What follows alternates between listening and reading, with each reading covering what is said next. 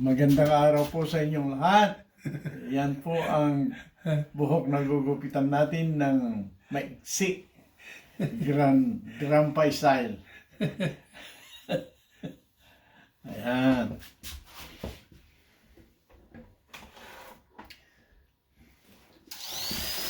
Ayan po.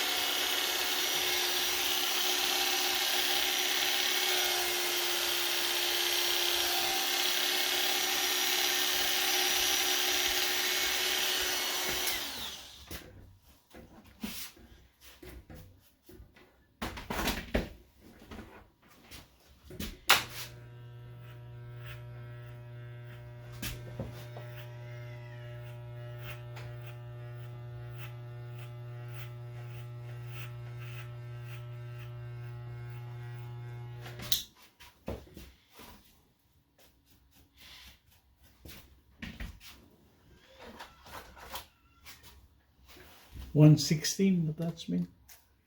Alin? Itong attachment po. Yung ilalagay sa frame.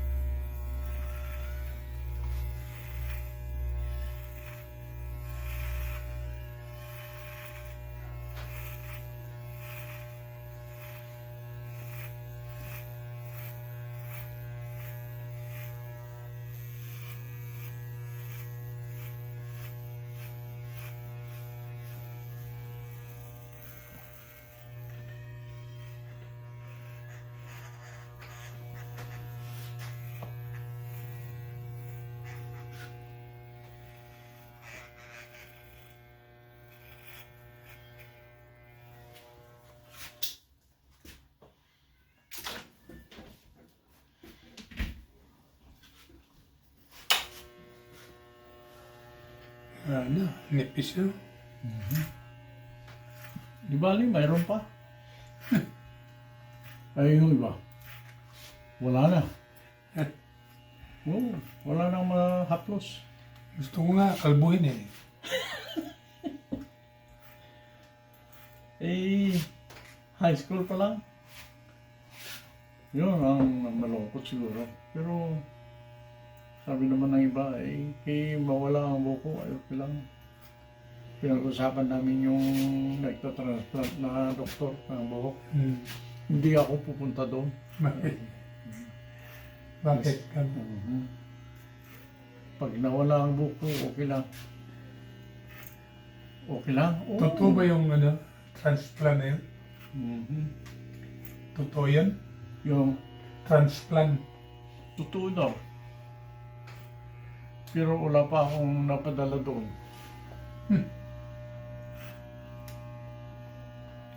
May yung pinapalabas sa TV. Meron din yung sinabi nung kasamang barbero.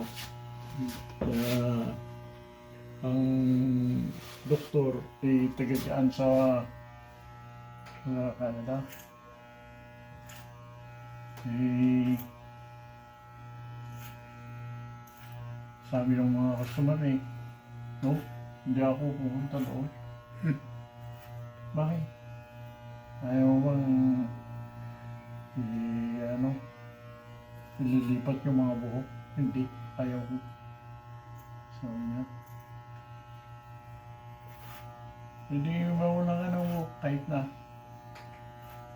Kung wala ka ng buhok, hindi na ako magpapagupit. Sabi niya. Nakatipid.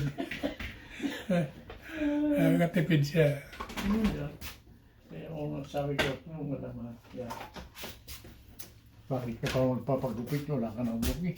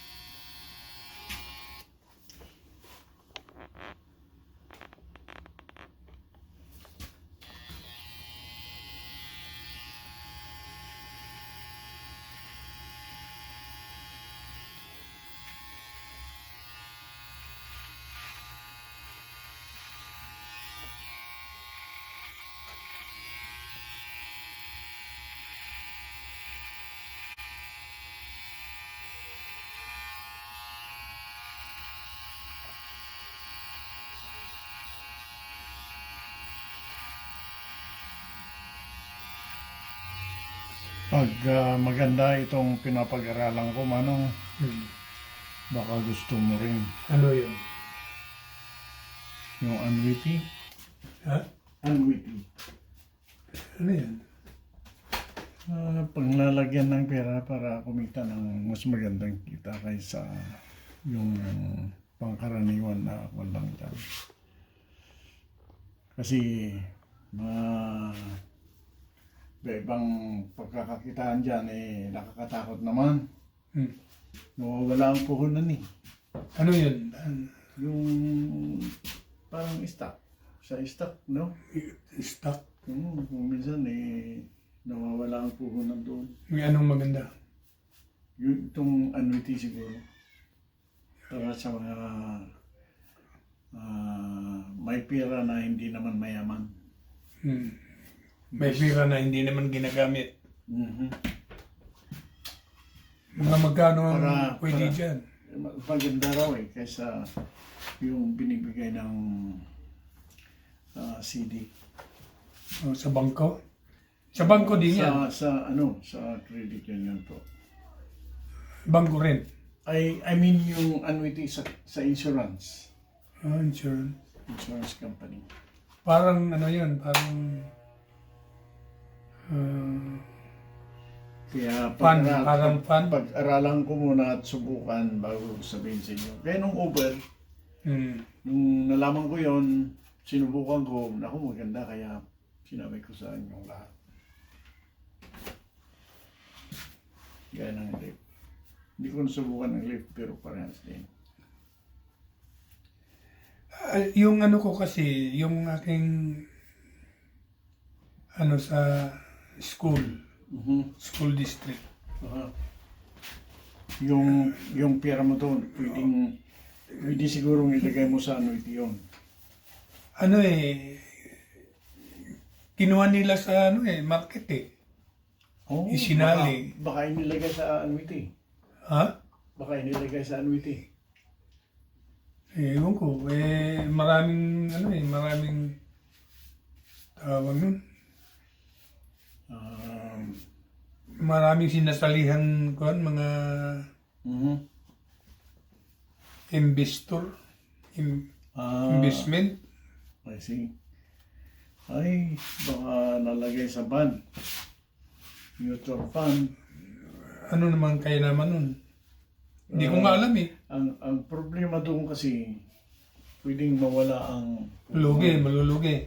Yes. Itong annuity, hindi po. Guaranteed na hindi mawawala ang puhunan. Kahit walang kita, basta Nandun lang. mawala ang puhunan. Yun. Eh, paano kung kumita? Bakit malalaman Ay, maganda. malalaman din natin. Oo, siyempre. Ganong Yung Percent. iba, ang sinasabi ngayon sa akin, yearly.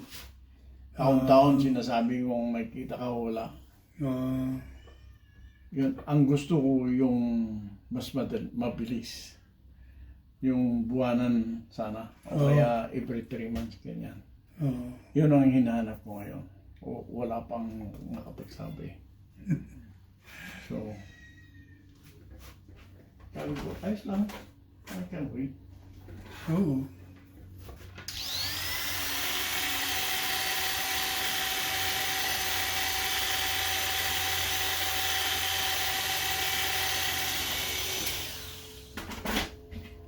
Yeah.